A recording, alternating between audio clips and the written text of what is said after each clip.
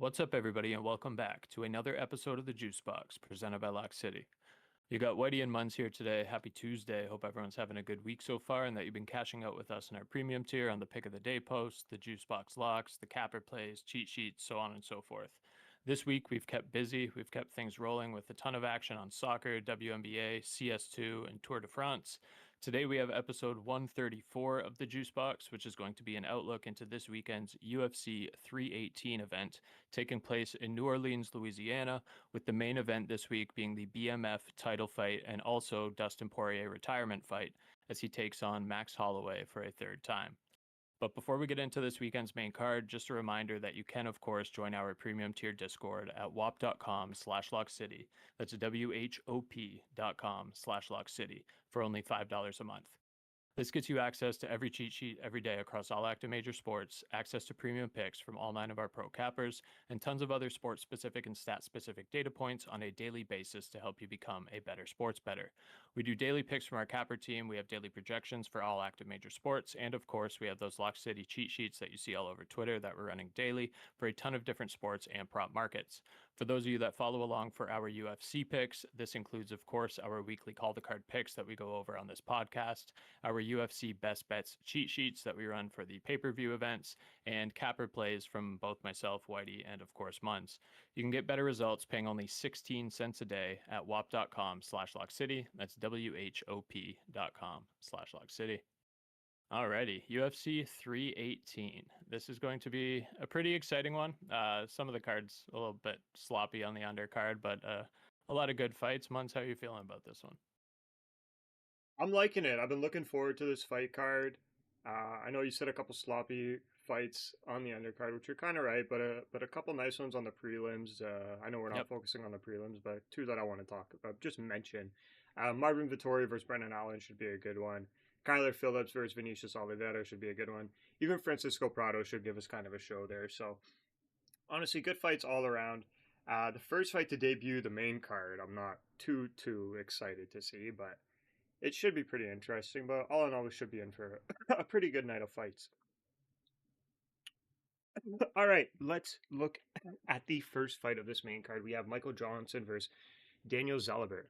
So Michael Johnson is coming into this one with a professional record of 24-19-0, being 14-15 in the UFC, 3-2 in his last 5, currently on a 2-fight win streak, I believe. He has 12 wins by finish, 10 by KO, TKO, and 2 by submission. He's a bit of a UFC veteran on here. He's been with the promotion since 2011, so we could be kind of seeing an exit fight from him in this one, but time will tell. On the other end, we have Daniel Zellhuber, who's coming into this one with a professional record of 15-2-0, being 3-2 in the UFC, 3-2 in his last 5, and is coming off a split decision loss in his last. He has 10 wins by finish, 7 by KO, TKO, and 3 by submission. If we look over at the tail of the tape of this one, Zellhuber holds both the height and reach advantage. He's also 13 years younger than his opponent, Michael Johnson. I know Michael Johnson is on a 2-fight win streak, and Daniel Zellhuber is coming off a loss in his last. I just don't think things are looking great for Michael Johnson in this one. I do think that we'll see Daniel Zellhuber end up victorious, and if we see a loss for Michael Johnson, I don't know, because of those 2 wins, he might not actually retire. Those 2 wins streak that he's on right now, he might not retire if he takes a loss in this, but I don't think he's gonna win. How are you feeling about it? I agree with you. I think for me, this is a pretty obvious Daniel Zellhuber for me. He's a ridiculous minus 550 or something like that, or at least he was 30 minutes ago on the money line. But he's definitely going to win this fight. He's in a bit of a bounce back position, like you said. He's got that loss to Esteban Ribovitz, and he's got an extremely advantageous matchup for him here against a near 40-year-old Michael Johnson. He's been off for 9 months since that loss. Zellhuber is coming back into this 15-2, like you said, and I think he's refocused and he's improved on what were his shortcomings in that last fight. Zellhuber is the better fighter, the cleaner striker, both with his hands and with his kicks, in my opinion.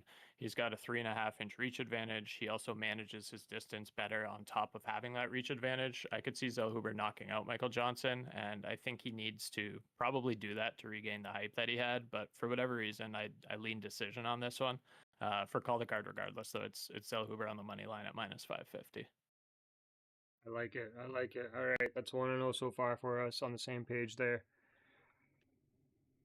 Let's look at the other fight. We got Dan Ige versus Patricio Pitbull.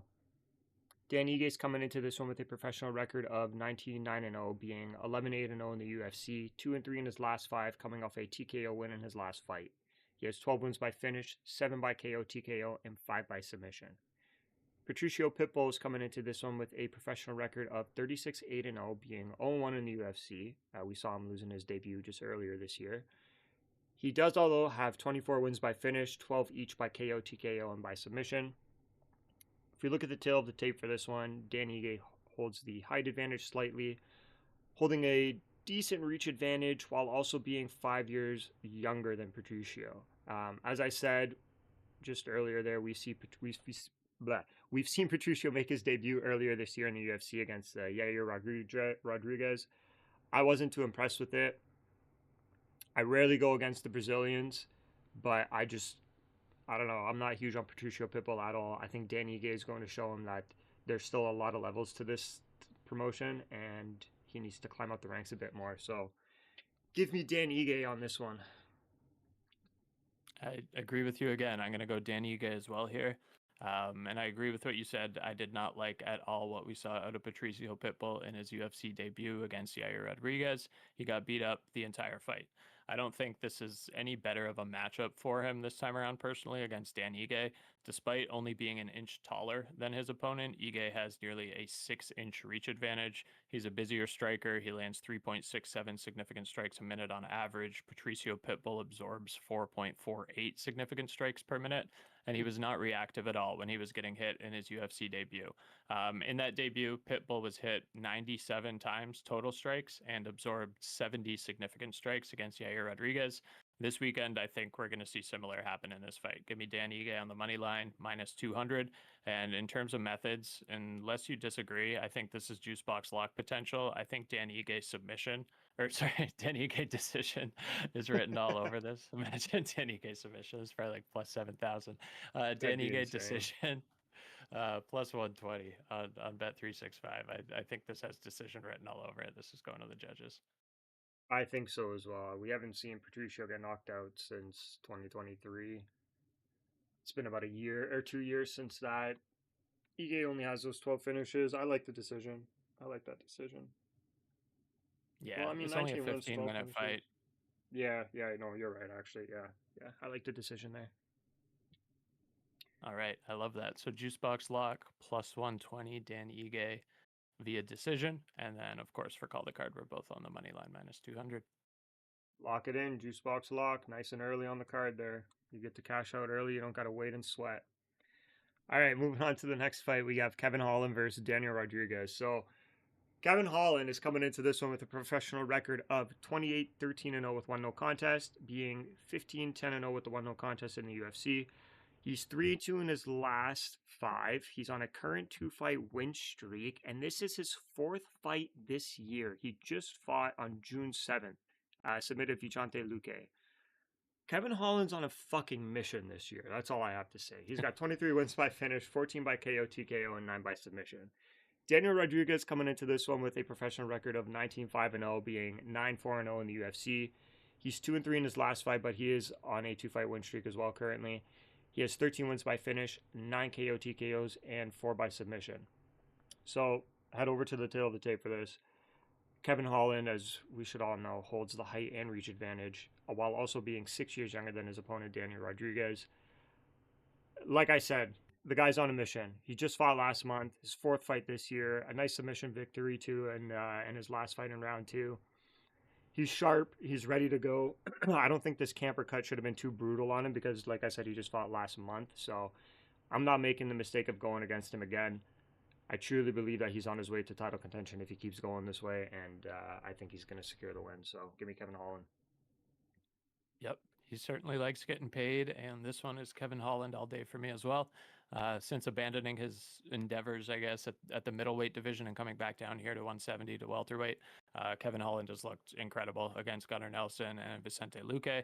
I think this is a really bad matchup for Daniel Rodriguez, who is not going to be able to grapple with Kevin Holland at all. He's basically just going to need to pray that by some sort of a miracle the fight stays standing for 15 minutes, and then on top of that, by some sort of another miracle that he's able to find the perfect shot. So I think Kevin Holland will absolutely maul D-Rod here. I agree with you. I like him better standing to begin with, but if this fight hits the ground, I give D-Rod about a minute of survival tops. I'm definitely taking Kevin Holland on the money line, minus 450 for call the card, but I also feel great about both Kevin Holland inside the distance, so like a double chance TKO submission is minus 140 on Bet365, and then if you want to pick a solo method, I lean Kevin Holland by submission at plus 260, but I think the double chance is probably like 5 times safer. He's going to get the finish, and it could be any which way. Yeah, I just don't see a way where he doesn't come out victorious in this fight, either on the cards or finishing it early. Yeah, I'd give D-Rod a 2 rounds max. Yeah, me too. Me too. Okay, let's move on to our co-main event of this fight card here. We have Paulo Costa versus Roman Kopylov. Paulo Costa is coming into this one with a professional record of 14-4-0, being 5-4 in the UFC. He is... Well, I have that wrong. I can tell you this. He's on a 2-fight losing streak. He has 12 wins by finish, 11 by KO, TKO, and 1 by submission. Roman Kopylov is coming into this one with a record of 14-3-0, being 6-3 in the UFC. He's 4-1 in his last 5 and is on a 2-fight win streak, coming off a TKO in his last. He has 12 wins by finish, all coming by KO, TKO. If we look at the tail of the tape, Paulo has a slight height advantage, Roman having a bit more than a slight reach advantage, while both of the fighters are coming in at the age of 34. So looking at that, almost even on the stats that way. I rarely go against the Brazilians, like I said, but I was also never a fan of Paulo Costa to begin with, and then seeing his fights made me even less of a fan. I also see Roman having no reason to lose this fight. It's him all night long. It's a 15-minute bout, so I think he should be able to get it done either by KO, like he's a KO artist coming in with 12 finishes that way, or on the cards. I agree with you again. So we're going to be 4 for 4 to start here. I have zero confidence in Paulo Costa for this fight. He's lost 4 of his last 5. That sole win was over Luke Rockhold like 3 years ago, and he didn't even look good in that fight. No, He's only fought. Yeah, he wasn't looking too sharp out there at all. He's only fought 5 times in the last 5 years. He isn't active enough at all for me to even consider taking him. I think Kopylov is the much busier fighter. He's a winner of 4 of his last 5. He's got sharper striking. He's got that 3-inch reach advantage. He's 14-3 overall. 12 of those come by KO. He's never been knocked out in his career. He's got 2 submission losses, but I don't think Costa's got the strength or the skill to grapple with Kopylov effectively. I'm honestly surprised that we got to Tuesday of fight week without Costa pulling out of this for any given reason, but give me Kopylov on the money line, minus 250, and probably Kopylov to win by decision, which is even money plus 100 on Bet365, but I could see him getting a finish here for sure. You could definitely knock him out, man. You could definitely knock him out. I mean, Paulo Costa, let me pull that up real quick. How many times has he been finished? He's got 4 losses, so it can't be too many. Yeah, but each of those 4 losses are in his last 5 fights. And Roman's got 12 of his 14 wins are by knockout, so, I mean... Yeah, and he got knocked out just about 5 years ago by Izzy, Paulo Costa, so it's possible. It can happen. It can happen, but I'm staying safe. I'll take a money line. Yeah, definitely. Minus 250. Lock it. Okay, let's look at the main event of the evening. The one that everybody has been looking forward to since it's been announced. We got Max Holloway versus Dustin Poirier. Max Holloway's coming into this one with a professional record of 26-8-0, being 22-8-0 in the UFC, 3-2 in his last 5, coming off a KO loss to Ilya for the belt to end his 3-fight win streak. He does have 14 wins by finish, 12 KO TKOs, and 2 submissions. Dustin Poirier is coming into this one with a professional record of 39-0 with 1 no contest, being 23-8-0 and 1 no contest in the UFC. He's 2-3 in his last 5 and is coming off a submission loss to Islam Makhachev for the belt in his last as well. He has 23 wins by finish, 15 KO TKOs, and 8 by submission.